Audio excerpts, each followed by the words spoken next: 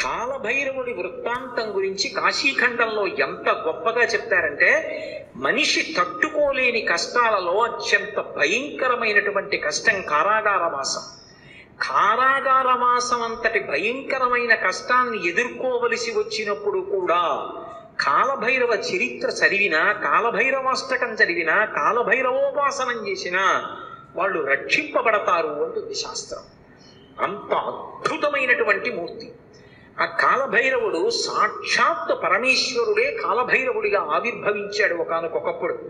కాలభైరవావతారంలో ఆయన లోకానికి కొన్ని మర్యాదలు నేర్పాడు. అందుకే ఒకప్పుడు అందరికీ ఎలా అతిశయం కలుగుతూ ఉంటుందో, గర్వం కలుగుతూ ఉంటుందో, అలా త్రిమూర్తుల యందు కూడా ఇటువంటి పోకడ ఒకటి రజోగుణ సంబంధమైనటువంటి వారి యందు కలుగుతూ ఉంటుంది. సృష్టికర్త అయినటువంటి చతుర్ముఖ బ్రహ్మగారు సహజంగా రజోగుణ తత్వంతో ఉంటాడు, అందుకే ఎరుపు రంగుతో ఉంటాడు. ఆయనకి ఒకప్పుడు ఎందుకో ఒక భావన కలిగింది, ఆయనకి 5 తలలు ఉండేవి. నాకు 5 తలలు, పరమశివుడికి 5 తలలు, సద్యోజాత అఘోర తత్పురుష వామదేవ ఈశానములని 5 తలలైనవి. నాకు 5 తలలు, నాకంటే బ్రహ్మగారికి 5 తలలు. నాకు శంకరుడికి ఏం తేడా? మేమిద్దరం సమానం, నేనే సృష్టిలో అధికుడు అని వేదములను పిలిచి అడిగాడు. నేనా కాదా అన్నాడు. ఋగ్వేదము, సామవేదము, యజుర్వేదము, అథర్వణ వేదము కూడా నువ్వు కాదు, పరమశివుడే సృష్టికంతటికి కూడా మహాపురుషుడు, ఆయననే వేదములన్నీ కొలుస్తున్నాయని చెప్పి ఆయన అంగీకరించలేదు. ఆయన అహంకారం తగ్గించడానికి శంకరుడు సభలోకి ప్రవేశించాడు. ప్రవేశిస్తే ఒక్కొక్కసారి అతిశయం, గర్వం అనేటటువంటిది కలగకూడదు, కానీ అది కలిగితే ఎంతటి వారిని కూడా ఎలా పడగొట్టేస్తుంది అన్నదానికి ఈ ఆఖ్యానాలన్నీ వస్తాయి. రామకృష్ణ పరమహంస ఒక అద్భుతమైన మాట చెప్పేవారు. ఒకప్పుడు ఒక మహారాజు గారు ఒక భద్రగజం మీద ఎక్కి వస్తున్నాడు.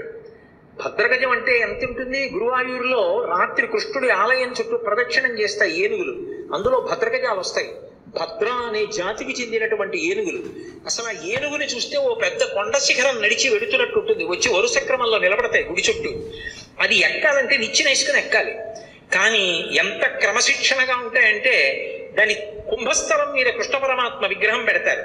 పెట్టి అర్చకుడు ఎక్కడానికి వచ్చినప్పుడు అది కాలు చాపి ఈ సంధి భాగం బయటికి వచ్చేటట్టుగా, ఎముక పైకి వచ్చేటట్టుగా ఉంచుతుంది.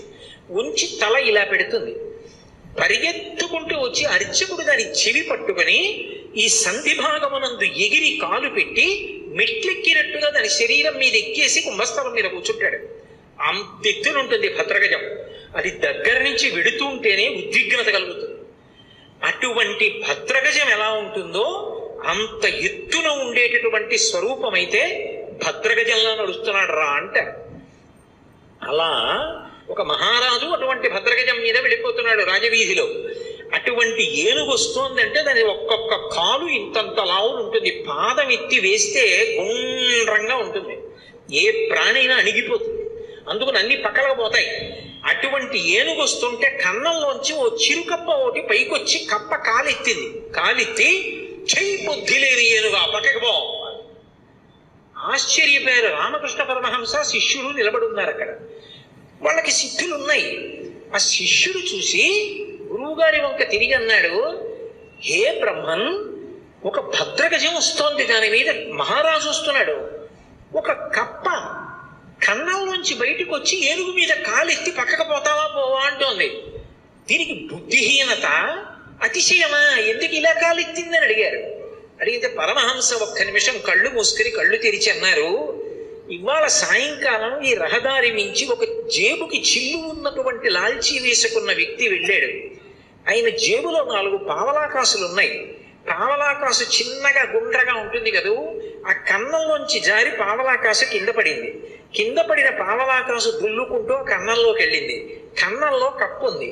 కప్పకి పావలాకాసు దొరికింది. ఇప్పుడు కప్ప దగ్గర పావలా ఉంది కదూ, ఏనుగు మీద కాలెత్తింది. పావలా ఉన్న కప్ప ఏనుగు మీద కాలెత్తితే అన్నీ ఉన్నాయనుకున్న నాబోటిగాడు విర్రవీగితే అందులో అతిశయం ఎంత విచిత్రమైన లక్షణాన్ని కల్పిస్తుందో చూడండి. బ్రహ్మగారి అంతటి వాడికి ఒకప్పుడు ఈ ఆవేశం వచ్చింది. ఎందుకు అంటే తల్ల సంఖ్య లెక్క పెట్టాడు.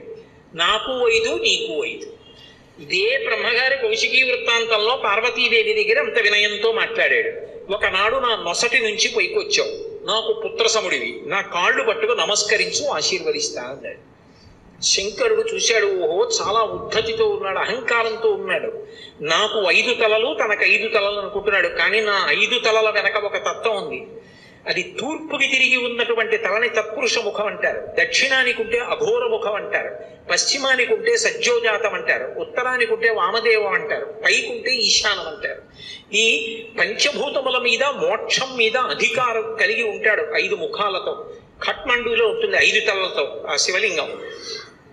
నాతో సమానుడు అనుకుంటున్నాడు ఈ బ్రహ్మగారు. ఆయన బ్రహ్మమస్తకావళి నిబద్ధతే నమః శివాయ అని పేరు. ఈ సృష్టి అంతా కూడా కల్పాంతం అయిపోయినప్పుడు బ్రహ్మగారు పడిపోతాడు. పడిపోతే చూస్తాట శంకరుడు, అయ్యో పాపం, మొట్టమొదట పుట్టాడు అందరికన్నా, వేదములు ఇచ్చి సృష్టి చెయ్యమన్నాను, ఈయన కూడా బొత్తిగా ఇలా శ్మశానంలో పడిపోతే ఏం బాగుంటుంది, ఈయనకు మంచి స్థానం ఇద్దామని చెప్పి ఆ పుర్రి తీసి ఓ తడపలో గుచ్చుకుని మెళ్ళలో వేసుకుంటాడు. ఆయనకి చేతకాక కాదు, ఓ బంగారం గొలుసు చేయించి ఇచ్చేవాళ్ళు లేక కాదు, బ్రహ్మగారిని గౌరవించడానికి ఓ పుర్రేసుకున్నాడు. ఇలా ఎంతమంది బ్రహ్మలు వెళ్ళిపోయారో ఆ పుర్రెల మాల పెద్ద మాల అయింది. పునుకల పేరు కంఠమున భూరి భుజంగము భూషణంబుగా అనయము భస్మధారణము ఎద్రి నివాసము మేరు విల్లుగా అనుగుగా దంతి జన్మమును హస్తమునందు కపాల చోళముల్ పడిబడి దల్తు శంకరు కృపావర రూపమును ఆశ్రయించదన్నంటారు. ఇప్పుడు అంతమంది బ్రహ్మల యొక్క పునుకలు ఆయన మెడలో హారంగా ఉంటాయి, అందుకేసుకుంటాడు పుర్రెల మాల. అరే, ఈ బ్రహ్మకి అతిశయం కలిగిందని తనలోంచి ఒక ప్రాణిని ఉత్పన్నం చేశాడు. భృంగి యొక్క అంశ, భృంగి యొక్క అవతారం వచ్చినటువంటి వాడు. ఒక్కసారి పరమశివుని అంశతోటే భైరవుడు ఉత్పన్నమయ్యాడు. ఆ భైరవుడు ముమ్మూర్తుల పరమశివుడు ఎలాగే ఉంటాడో అలాగే ఉంటాడు. ఆయన వస్తూనే ఆ బ్రహ్మగారి యొక్క పైన ఉన్నటువంటి తలకాయని పెద్ద యుద్ధం చేయలేదు, ఇలా గిల్లేశాడు. లోకంలో చూడండి మాట అంటారు, అదే అలా గిల్లేస్తున్నాయి అంటారు. అన్నిటికన్నా తేలిక ఏంటంటే గిల్లేడు. అలా వెళ్ళిపోతే ఇలా గిల్లేసాడు అనుకోండి, తీరిపోతుంది అంతే. అది బాగా బలం ఉన్నవాడు ఏం చేస్తాడు, గిల్లుతూ ఉంటాడు, గిల్లి గజ్జాలు ఎట్టుకుంటాడు అంటారు. అందుకే గిల్లేయడం అంటే అంత తేలిక. యువతల వాడికి బలం ఎక్కువ ఉంటే బలం తక్కువ ఉన్నవాడిని గిల్లేస్తాడు. అందుకే బ్రహ్మగారి 5వ తలకాయని కష్టపడి తొలగతోశాడం లేదు, గిల్లీశాడం లేదు. శంకరాచార్యులు వారు సౌందర్యలహరిలో కూడా అలాగే అంత అందంగానూ రచన చేశారు. మృణాళీ మృద్వీనాం తమ భుజలతానాం చతసృణాం చతుర్భిః సౌందర్యం సరసిజ భవస్తౌతి వదనైః నకేభ్యః సంత్రస్సన్ ప్రథమమధనాదందకరిపోః చతుర్నాం శీర్షాణాం సమమభయ హస్తార్పణధియా అన్నారు. శంకరులకు శంకరులే చెల్లు. అహంకరించాడని కాలభైరవుడు ఓ తలకే గిల్లేశాడు. ఏమండి, ఇప్పుడు నేను ఇలా పట్టుకుని ఇలా గిల్లేశాను అనుకోండి, ఆ మిగిలిన పువ్వు ఏమనుకుంటుంది, దాన్ని ఒకదాన్ని గిల్లేండి నా జోలికి రాడనుకుంటుందా? ఏమో ఇలా అన్నవాడు మళ్ళీ ఇలా అంటే అది ఉడికిపోతే మళ్ళీ వచ్చేస్తుందేమో చెయ్యని. ఇప్పుడు ఇలా అన్నవాడు మళ్ళీ ఇంకోటి ఇలా అంటే 3 ఉంటాయి. ఇంకా అందుకని ఆయన ఏం చేశాడంటే, బ్రహ్మగారు ఒక తలకాయ గిల్లేయగానే ఇంకా 4 తలకాయలు మిగిలేయి. అమ్మవారి వంక చూశాట. అమ్మవారు 4 చేతులతో ఉంటుంది కదా. అమ్మా, నేను తామర పువ్వులోంచి పుట్టాను, నీ చేతులు తామర పువ్వుల్లో ఉంటాయి, కాబట్టి మన ఇద్దరికి ఓ బంధుత్వం ఉంది. అమ్మా, నా 4 తలకాయలు తామర పువ్వులు లాంటి నీ చేతుల కింద పెడతాను, కాపాడమ్మా అని 4 తలకాయలు గబగబా పెట్టుకుని అమ్మవారు 4 చేతుల కింద పెట్టేటప్పటికి మళ్ళీ ఇల్లుదామని చూశాడు. పైన అమ్మవారి చెయ్యింది, నవి ఊరుకున్నాడు. అలా అమ్మా, నీ చేతులు పెట్టుండకపోతే బ్రహ్మగారి తలకాయలు ఉండేవో ఉండకపోవు. ఏమో గిల్లేసిన వాడు ఓటే గిల్లుతాడు నమ్మకం. కాబట్టి నకేభ్యః సంత్రస్సన్ గోటితో గిల్లేశాడంతే. కాలభైరవుడంతే అంతటి ప్రచండ శక్తి స్వరూపుడు. కాశీఖండంలో ఆయన గురించి ఒక అద్భుతమైనటువంటి విశేషం చెప్తారు. అజుండు తాను అధిగుండనొచ్చు గర్వింప కరనఖాగ్రమునత చిరము త్రుంచి సాకారయకు బ్రహ్మహత్యతో చనుదేరి సర్వలోకంబులు సంచరించి వైకుంఠమునకేగి రమా వైకుంఠు లక్షించ అమృతభిక్షాసనం అరగించి కాశికానగర కంఠోపదేశంబున పగలవైచకరంపు బ్రహ్మపునుక ఆధిపత్యంబు పొందె కామారి చేత ప్రియవైచిన చోట కబురము చేసి కాశికాపురమునకు 7 గడయు చూపే క్రోధభైరవ దేవుండు బ్రహ్మగారి తలకాయ తుంపేశాడు. తుంపేస్తే ఆయన బ్రహ్మగారు బ్రహ్మహత్యాపాతకం వచ్చింది. పరమశివుడికి బ్రహ్మహత్యాపాతకం ఉంటుందా? ఆయన విధికి నిషేధానికి అతీతుడు. కానీ లోకంలో శివుడే చేశాడు కదా, మేమెందుకు చెయ్యకూడదని రేపు పొద్దున్న తెలియక జనులు బ్రహ్మహత్యా దోషం చేస్తే కట్టి కుడిపేస్తుంది. అందుకని దాని పాపం ఎంత కఠినంగా ఉంటుందో చూపించడానికి తాను బ్రహ్మహత్యాపాతకం పోగొట్టుకోవడానికి చెయ్యవలసిన ప్రాయశ్చిత్తాన్ని చేసి చూపించాడు. ఆ కళ వచ్చి అంటుకుంది పుర్రె. ఆ చేతికి అంటుకున్న పుర్రెతోటి కపాల భిక్ష అందరినీ భిక్షాటన చేస్తూ లోకములన్నీ తిరిగాడు. తిరిగి తిరిగి తిరిగి తిరిగి ఒక రోజున వైకుంఠానికి వెళ్ళాడు. అబ్బా, ఇటువంటి అతిథి ఎక్కడ దొరుకుతాడు? ఊరక రారు మహాత్ములు మా రథముల ఇండ్ల కడకు వచ్చుటెలెల్లం కారణము మంగళములకు మీరొచ్చుట శుభమాకు నిజము మహాత్మ అంటాడు నందుడు దుర్గుడు వస్తే దశమస్కంధంలో. అలా గబగబా పరిగెత్తుకొచ్చి లోపలికి పిలిచి శ్రీమన్నారాయణుడు లక్ష్మీదేవి కూర్చోపెట్టి ఆయనకి ఆతిథ్యం ఇచ్చారు. ఆ ఆతిథ్యం ఇచ్చినప్పుడు ఏదో లౌకికంగా వండినటువంటి అన్నం పెట్టలేదు. భిక్షాన్నంగా ఏం పెట్టారంటే మనోరథము అనబడేటటువంటి ఒక అద్భుతమైనటువంటి అమృతం ఉంటుంది. అది ఒక్క వైకుంఠంలో వాళ్ళ దగ్గరే ఉంటుంది. ఆ అమృత రసాన్ని పెట్టారు. పెడితే ఆ అమృత పాయసం ఆరగించి లక్ష్మీ విష్ణువుల చేత అర్చింపబడిన వాడై బయలుదేరాడు. అన్ని లోకాలు తిరిగి తిరిగి తిరిగి తిరిగి కాశీపట్టణానికి వచ్చాడు. కాశీపట్టణంలోకి ప్రవేశించగానే చేతికున్నటువంటి బ్రహ్మకపాలం మూడి కింద పడి బద్దలైపోయింది. అంటే కాశీపట్టణం అంత గొప్ప పట్టణం. అందులోకి వెళ్ళగానే బ్రహ్మహత్య పోయింది. అప్పుడు ఆ లోపలికి వెళ్ళిన తర్వాత శంకరుడు బయలుదేరి వచ్చి ఈ కాశీపట్టణానికి అంతటికీ నిన్ను అధిపతిగా అభిషేకం చేస్తున్నానని కాలభైరవుణ్ణి కాశీపట్టణానికి పట్టాభిషిక్తుణ్ణి చేశాడు సంరక్షకుడుగా. ఆధిపత్యంబు పొందే కామారి చేత అంత అద్భుత రూపాన్ని పొందాడు. భైరవ అంటారు. భైరవ అంటే కుక్కకి భైరవ అని పేరు. ఎందుకంటే భయ్య నరుస్తుంది కాబట్టి, రవము అంటే శబ్దము, భయ్య నరిచి మీద పడుతుంది కాబట్టి భైరవ అంటే కుక్క. భైరవుడు వచ్చాడంటారు. కాదు, భైరవ అన్న మాటకు అర్థం ఏమిటంటే ఎవరిని చూస్తే హడిలిపోతామో, ఎవరిని చూస్తే భయం వేస్తుందో, ఎవరిని చూస్తే ఇక బుద్ధి పని చెయ్యదో అటువంటి భయంకరమైనటువంటి రూపంతో ఉండేటటువంటి వాడికి భైరవ అని పేరు. లోకంలో ఎవరైనా సరే బాగా పాపములు చేసి చేసి చేసి చేసి చేసి చేసి శరీరం విడిచిపెట్టేశారనుకోండి, ఈ లోకం విడిచిపెట్టి వెళ్ళిపోయేటప్పుడు భైరవయాతన అని ఉంటుంది. ఆయన క్రోధ రూపంతో వెంటబడతాడు బెత్తం పట్టుకుని. ఆయన్ని చూసేటప్పటికి భయపడి చెమటలు కక్కుతూ పరిగెడతారు. పరిగెత్తి పరిగెత్తి పరిగెత్తి దాహార్తితో యమసదనం దగ్గర అగ్నిజ్వాలలతో ఉంటుంది తోరణం. ఆ తోరణం కింద నుంచి దూరుతాడు కాలిపోతూ. ఆ దోషం పోవాలి అంటే కాలభైరవ దర్శనం చేస్తారు. కాఠ్మండూలో కాశీపట్టణంలో కాలభైరవ దేవాలయాలు ఉన్నాయి. కాలభైరవ దర్శనం చేస్తే భైరవ దండన అని ఆయన వేస్తాడు. ఓ బెత్తం పెట్టి ఓసారి వీపు మీద కొడతారు ఇలాగా. అంటే అక్కడతో ఆ పాపాన్ని తీసేస్తాడు. ఆ చాలా అనుగ్రహమూర్తి. అలాగే కార్తీక మాసంలో వచ్చేటటువంటి పౌర్ణిమ నాడు జ్వాలా తోరణం చేస్తారు. కొత్త గడ్డి తీసుకొచ్చి తోరణం కట్టి ఆ గడ్డి అంతా పెట్టి ఆవు నెయ్యి పోసి వెలిగిస్తారు. వెలిగించి పార్వతీ పరమేశ్వరులు పల్లకీలో వెళుతుంటే హరహర మహాదేవ శంభో శంకర అంటే భక్తులు కూడా పల్లకీతో వెళ్ళి మళ్ళీ వస్తూ ఉంటారు. ఎందుకు అలా వెళ్ళి వస్తూ ఉంటారు అంటే నరకలోకానికి వెళ్ళి అగ్నితోరణం కింద నుంచి దూరవలసినటువంటి అగత్యాన్ని తీసేసి ఇక్కడే అగ్నితోరణం కింద నీవు అక్కడ చూడక్కర్లేదురా, నేను నీకు అండ ఉంటాను, బెంగ పెట్టుకోకని ఆయన నడిచి ఆయన వెనక మనం నడిస్తే ఇంకా అక్కడ అగ్నితోరణం చూడక్కర్లేదు, తిన్నగా మంచి లోకాలకు వెళ్ళిపోతాడు. దానికోసం ఇక్కడ ఆయన అద్భుతమైనటువంటి జ్వాలాతోరణం చేస్తాడు.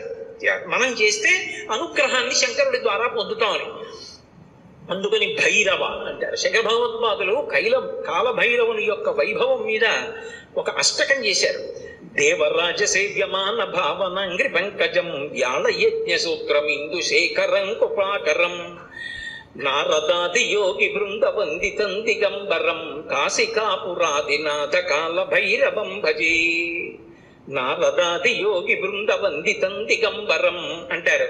ఆయన నారదుడు వంటి యోగి బృందముల చేత నృతింపబడుతూ ఉంటాడు. దేవరాజ సేవ్యమాన భావనాంగ్రి పంకజం. భావనాంగ్రి పంకజం దేవరాజు అంటే ఇంద్రుడు. ఇంద్రాదుల చేత పూజింపబడేటటువంటి పాదపద్మములు కలిగినటువంటి వాడు. వ్యాళయజ్ఞ సూత్రం ఇందు శేఖరం కృపాకరం. ఆ చంద్రబింబాన్ని శుక్లపక్షంలో ఉండేటటువంటి తదియనాటి చంద్రరేఖని కొప్పులో ధరించి ఉంటాడు. ఆయన వ్యాళ యజ్ఞ సూత్రమిందు శేఖరం కృపాకరం నారదాది యోగి బృంద వందితం దిగంబరం. ఆయన దిక్కులన్నీ ఆయనకి అంబరములై ఉంటాయి.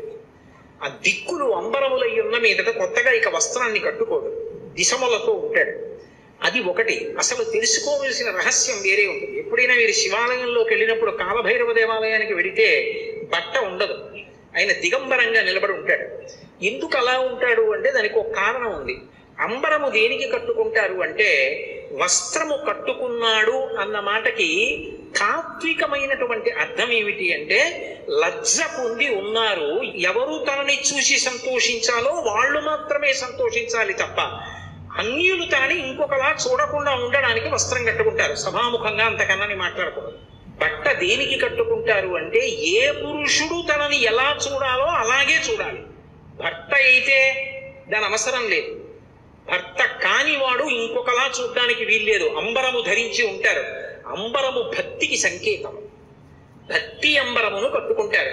భక్తి అంబరం కట్టుకుంటే పురుషుడి చేత ఆకర్షింపబడతాడు. ఎవరా పురుషుడు? ఒక్కడే పురుషుడు. పతిం విశ్వస్యాత్మేశ్వరగం శాశ్వతగం శివమచ్యుతం. ఆ భగవంతుడు ఒక్కడే పురుషుడు. ఆధ్యాత్మిక సంప్రదాయంలో అందరం స్త్రీలమే. మనందరికీ పతి ఆయన. ఆయన కొరకు భక్తి అన్న బట్ట కట్టుకుంటాం. అసలు పరమేశ్వరుడు ఎవరి కోసం కట్టుకోవాలి? ఎవరి పట్ల భక్తితో ఉండాలైనా?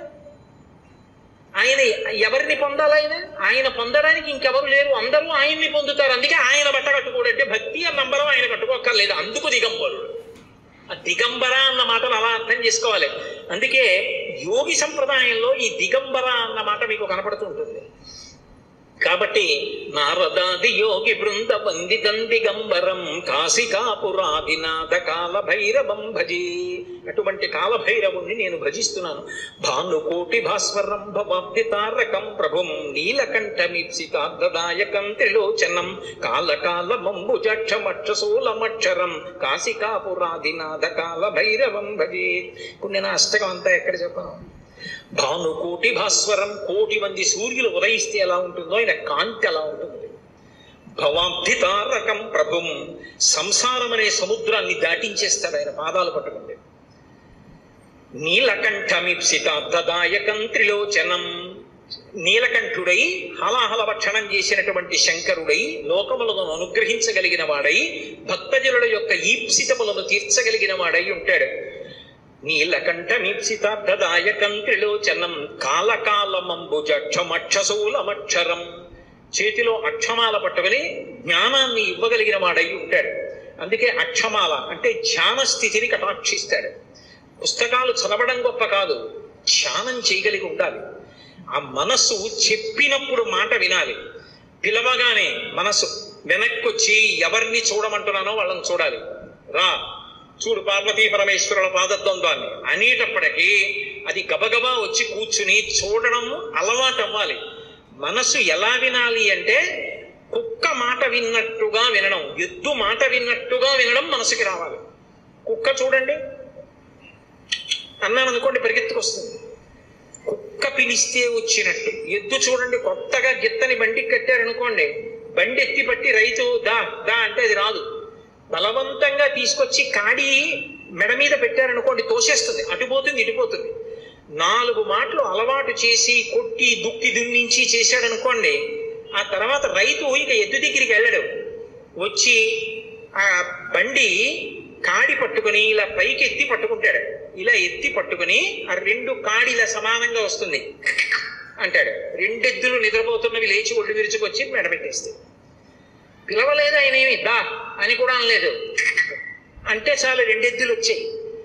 అలా అన్నంత మాత్రం చేతనే ఎద్దులు వచ్చేస్తుంటే సాధన చేత మనసు వెనక్కి రావడం రావద్దు? రావాలి. అలా వచ్చేటట్టు చెయ్యగలిగిన వాడు, సాధనా బలాన్ని అనుగ్రహించగలిగిన వాడు కాలభైరవుడు. కాలస్వరూపంతో ఉంటాడు. అందుకే కాలకాలమంబుజక్షమక్షసూలమక్షరం కాశికాపురాధినాథ కాలభైరవం భజేత్. అందుకే కాలభైరవష్టానికి ఫలశ్రుతి చెప్తూ కాలభైరమష్టకం పఠంతి ఏ మనోహరం జ్ఞానముక్తి సాధనం విచిత్ర పుణ్యవర్ధనం శోకమోహ దైన్య లోభ కోపతాపనాశనం తే ప్రయాంతి కాలభైరవంగ్రి సన్నిధిం ధ్రువం అంటారు. ఎవరు కాలభైరవాష్టకాన్ని చదువుకుని ప్రతిరోజు కాలభైరవుడికి నమస్కరిస్తాడో వాడికి భక్తి చిత్తశుద్ధి, వైరాగ్యము, జ్ఞానము, చిట్ట చివర మోక్షము ఆయన అనుగ్రహిస్తారు.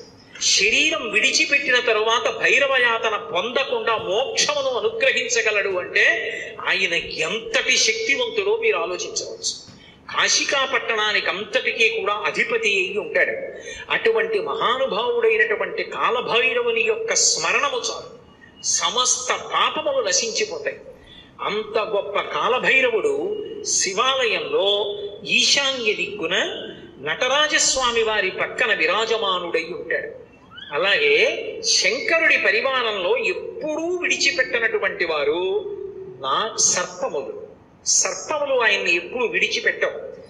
ఏదో అలా అనడమే కానండి, నిజంగా ఆయన పరివారం అద్భుతమైన పరివారం. సాయంకాలం అయ్యేటప్పటికి కవచం పెట్టేస్తారు. కవచం పెట్టారు అంటే ఇలా పాము పట్టి ఉంటుంది. మీరు చూసి ఉంటారు, కొన్ని చోట్ల శివాలయాల్లో శివలింగం మీద పడగ పట్టి ఉంటుంది. ఆ నైమిషారణ్యంలో అయితే ఒక అద్భుతమైనటువంటి శివాలయం ఉంది. ఆ శివాలయం యొక్క పానమట్టం మీద ఒక పాము పడుకుని ఉంటుంది. అది పడుకుని ఉన్నట్టుగా చిత్రీకరింపబడి ఉంటుంది. అద్భుతమైనటువంటి శివాలయం. అవన్నీ మీకు చూపిస్తారు. అక్కడే కొంచెం దూరం వెళితే రుద్రావర్తము అని గోమతి నది లోపల ధర్మరాజు గారు ప్రతిష్ఠ చేశాడు శివలింగాన్ని. సుడి ఏమీ కనపడదు, మీకు నీరు తిరగదు, కానీ ఇలా నీరు వెళ్ళిపోతూ ఉంటుంది. దాని ముందు కానీ వెనక కానీ మీరు మారేడాకేస్తే పైనుంచి తేలి వెళ్ళిపోతుంది. శివలింగం లోపలున్న చోటుకొచ్చి మారేడు దళం వేస్తే నిలువుగా లోపలికి వెళ్ళిపోతుంది. మీరు 100 జామకాయలు, జామ పళ్ళు తీసుకెళ్లి అందులో వేయండి, మీరు ఏమీ అడగకపోతే ఒక్క కాయ పైకి రాదు, నిలువుగా వరుస క్రమంలో లోపలికి వెళ్ళిపోతాయి. స్వామి ప్రసాదం ఇవ్వండి అని పైకి అడిగారు అనుకోండి, అన్ని పళ్ళు లోపలికి వెళ్ళిపోయి ఒక్క పండు పైకి వస్తుంది. భగవంతుని యొక్క అనుగ్రహము తిరుగులేనిది, ఈశ్వరుడు ఉన్నాడు అనడానికి ప్రబలమైనటువంటి సాక్ష్యాలు అవన్నీ. కాబట్టి ఆ పాము అనేటటువంటిది శివలింగం మీద పడగ పట్టి ఉంటుంది, అమ్మవారి యొక్క స్వరూపం. ఆ నాగులు ఎప్పుడూ శంకరుడితో అనుబంధంతో ఉంటాయి. అసలు ఆ పాము దేనికి గుర్తు అంటే కుండలిని శక్తికి ప్రతీక, అమ్మవారికి ప్రతీక.